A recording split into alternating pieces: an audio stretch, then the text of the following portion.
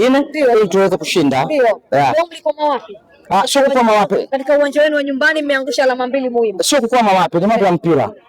Marehemu Pele, mfalme wa soka duniani, alikuwa anasema mpira unadunda. Mpira ni dakika 90.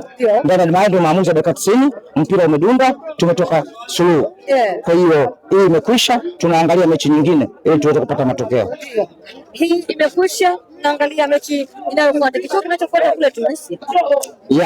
Na ndio mechi muhimu zaidi kwa sababu tunasema do or die. Zimebakia mechi 4.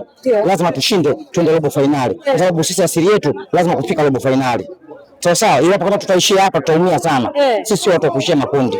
Ndio. Simba sio kuishia makundi. Namna ambavyo tunapoona mnapocheza na unaiona hatua hiyo ya robo finali mkiipata?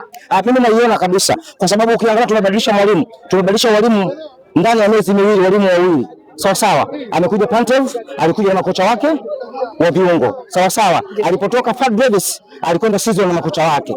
Sawa. Amekuja Pantev na yeye alianza kama season na makocha wake. Amada mechi 3 ametoka. Amekuja Zawi Steve Becker na yeye anaanza kama season mpya. Mako anaanza wachezaji mazoezi mengine mapya, mazoezi magumu. Sawa. Wala usishangae. Mimi nafikiri tutakaa sawa na tutafanya vizuri. Hapo katika dirisha dogo la usajili kwa hivi sasa tayari mshaanza kutumisha baadhi ya nyota. Wapi unaona kwa kuongezea nguvu katika dirisha hili dogo? Nani? Mimi nisikia kusikia. Unataka kutoka mmoja nitajie kwanza. Jana ametambulishwa mchezaji. Nani? Agwe. Si Agwe. Kiungo mshambuliaji kutokea kule Senegal. Mimi nafikiri ni chaguo zuri kwa sababu tumemuona kwenye mechi ya Senegal kwenye kombe la CHAN. Sawa, nafikiri wao walikuwa kitua Uganda. Ndio. Tumeona uchezaji wake, ni mchezaji mzuri.